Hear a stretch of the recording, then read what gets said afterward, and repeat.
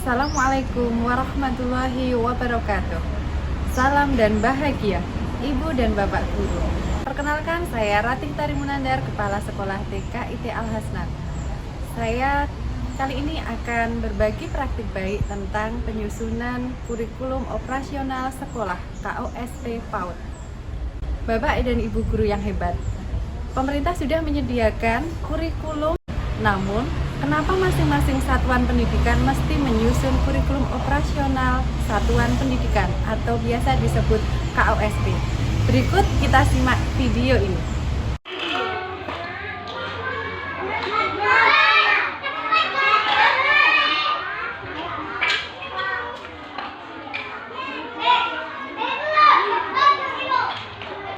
Dari tayangan video tersebut dapat kita lihat bahwa kegiatan pembelajaran yang berpusat pada anak. Untuk menciptakan kegiatan pembelajaran yang berpusat pada anak, maka Satuan PAUD perlu menyusun dokumen kurikulum operasional satuan pendidikan. Kurikulum operasional satuan pendidikan merupakan dokumen yang disusun oleh satuan pendidikan sebagai acuan dalam melaksanakan kurikulum dan pembelajaran. Peran saya sebagai kepala sekolah penggerak, saya akan berbagi praktik baik tentang penyusunan dokumen kurikulum operasional satuan pendidikan di gugus yang ada di sekitar satuan pendidikan. Ketika kita akan mengenalkan binatang di TK Buah Hati kita ini, bisa mengenalkan binatang keong karena sebelahnya ada sawah. Ibu dan Bapak guru, dalam penyusunan kurikulum operasional satuan pendidikan, pendidik juga perlu memperhatikan prinsip-prinsip dalam penyusunan KOSP. Di antaranya yang pertama adalah berpusat pada peserta didik.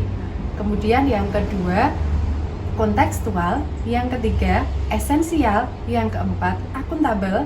Dan yang kelima, melibatkan berbagai pemangku kepentingan. Selain itu, pendidik juga perlu memperhatikan komponen-komponen yang harus ada dalam kurikulum operasional satuan pendidikan. Yang pertama adalah karakteristik lingkungan satuan pendidikan.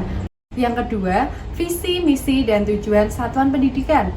Yang ketiga, pengorganisasian pembelajaran. Dalam kurikulum Merdeka ini, pemerintah tidak menetapkan topik yang sudah ditetapkan pemerintah. Jadi, masing-masing satuan pendidikan diberikan keleluasaan untuk memilih topik-topik yang sesuai dengan kebutuhan anak dengan melibatkan peserta didik. Dan yang keempat, yang terakhir adalah perencanaan pembelajaran. Selain dari 4 hal komponen dalam penyusunan kurikulum operasional satuan pendidikan, pendidik juga dapat mengembangkan pendampingan, evaluasi, dan pengembangan profesional.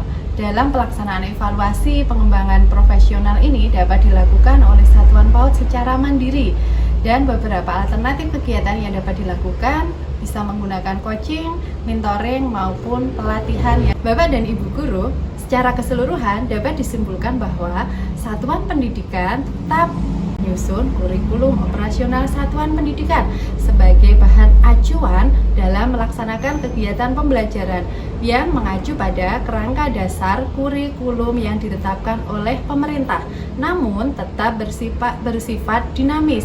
Artinya, masing-masing satuan pendidikan dapat menyusun kurikulum disesuaikan dengan karakteristik lingkungan, kemudian kebutuhan dasar peserta didik, dan karakteristik sosial budaya yang ada di lingkungan satuan pendidikan tersebut, sehingga nantinya akan tersusun kurikulum yang bermakna.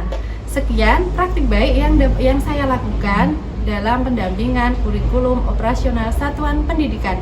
Terima kasih, salam dan bahagia. Wassalamualaikum warahmatullahi wabarakatuh.